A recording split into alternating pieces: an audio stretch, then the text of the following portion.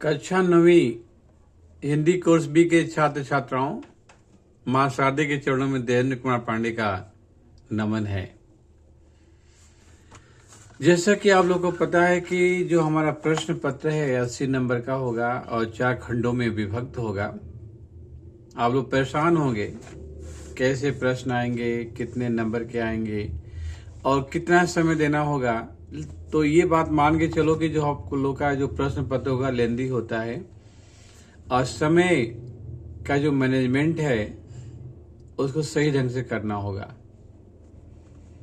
जब भी प्रश्न पत्र मिलेगा आप लोग को रीडिंग के लिए 10-15 मिनट मिलता है, तो उस वक्त आप लोग को जो अपठित गद्यांश के जो 2 प्रश्न है, पहला दूसरा खंड क में, उसको पढ़िए। प्रश्न पढ़ के फिर अपठित गद्यांश को पढ़िए ताकि आप लोग के प्रश्न के उत्तर आराम से मिल जाए।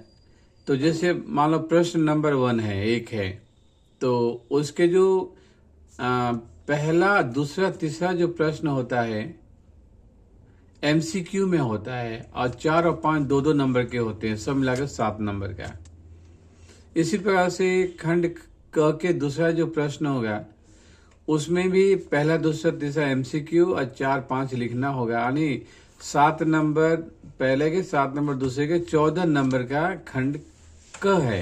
इसके समय कितना देना है? मात्र 20 मिनट। हो सकता है आपको 20 मिनट से कम समय लगे, क्योंकि जब रीडिंग टाइम में इसको पढ़ोगे तो उस वक्त आंसर को पेंसिल से लेकर हल्का सा, जैसे पहला प्रश्न का उत्तर है तो 1 बिंदु लगा दे, दूसरे का 2 बिंदु, तीसरे का 3 बिंदु, ऐसे बिंदु लगाओ कि सिर्फ आपको ही समझ में आए और कोई ना देखे। नहीं तो कोई और आके देख लेगा तो कह देगा कि प्रश्न पत्र में आपने निशान लगा रहा है, ये चीटिंग किया है, जो भी हो। तो ये नहीं करना है हमें। ऐसे निशान लगाओ या तो दिमाग में सेट कर लो ताकि किसी को पता न चले और आंसर जो ही लिखने का समय है फटाफट लिखना शुरू कर दो। तो 20 मिनट खंड क के लिए देना है। खंड ख के लिए आपको 30 मिनट देना है। खंड ख में करना क्या है, तो तीसरा, चौथा, 5वां, 6ठा, 7वां, 8वां इतने प्रश्न आएंगे ग्रामर के खंड ख में। 3 में शब्द और पद से आते हैं, जिसमें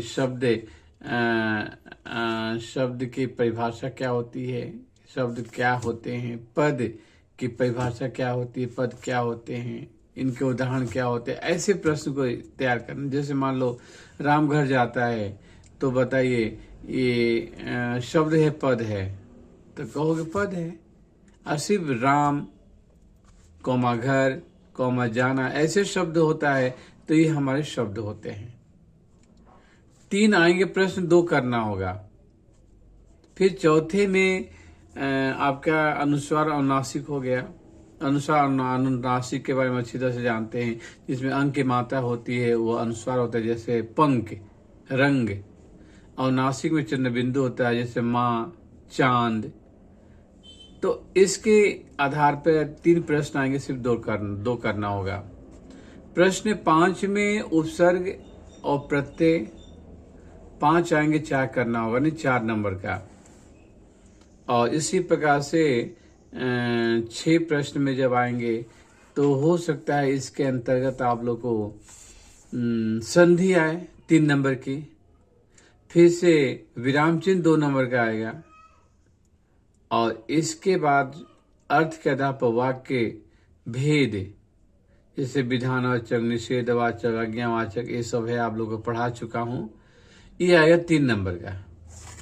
सब मिला के ग्रामर 16 नंबर की होगी और समय देना होगा 30 मिनट। 20 और 30 यानी 1 घंटा आपका खत्म हो गया। 20 और 30 50 मिनट ही हो ना, 1 घंटा का 50 मिनट हुआ। इसमें 10 मिनट बचता है, उसको हम बाद में बताएंगे क्या करना है।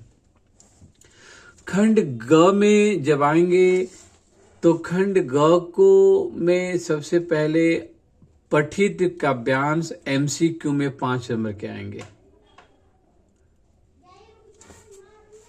जिसको 9 नंबर होगा। 10 नंबर में इसी के प्रश्न उत्तर आएंगे काव्य के अंतर्गत, जिसमें प्रश्न उत्तर कितने आएंगे? 4 आएंगे, 3 करना होगा, कविताओं के होंगे। और 25 से 30 शब्दों में लिखना होगा। अब प्रश्न है कि हम समय कितना देना है। तो पठित काव्यांश में हमें 10 मिनट का समय देना है और पठित गद्यांश में भी 10 मिनट का समय देना है। 20 मिनट ये हो गया। और प्रश्न उत्तर जो है 3 प्रश्न होंगे काव्य के, 3 गद्य के होंगे, तो इसको हमें 15-15 मिनट देना है। जैसे काव्यांश के 3-4 प्रश्न होंगे, 3 करना होगा, 15 मिनट देना है। गद्य के भी, कहानियों के भी 3 प्रश्न होंगे, 4 होंगे, 3 करने होंगे, इसमें भी हमें 15 मिनट का समय देना है। यानी 5 मिनट एक प्रश्न पर देना है। तो 20 गद्यांश और पद्यांश जो एमसीक्यू में आएंगे 20 मिनट ये हो गए और 30 मिनट हो गए प्रश्न उत्तर के, तो ये हो गए 50 मिनट। इसके बाद 2 प्रश्न आएंगे 4-4 नंबर के। 2 प्रश्न आएंगे 4-4 नंबर के संचयन से 50-60 शब्दों में लिखना होगा इसको। तो इसके लिए भी हमें समय देना है।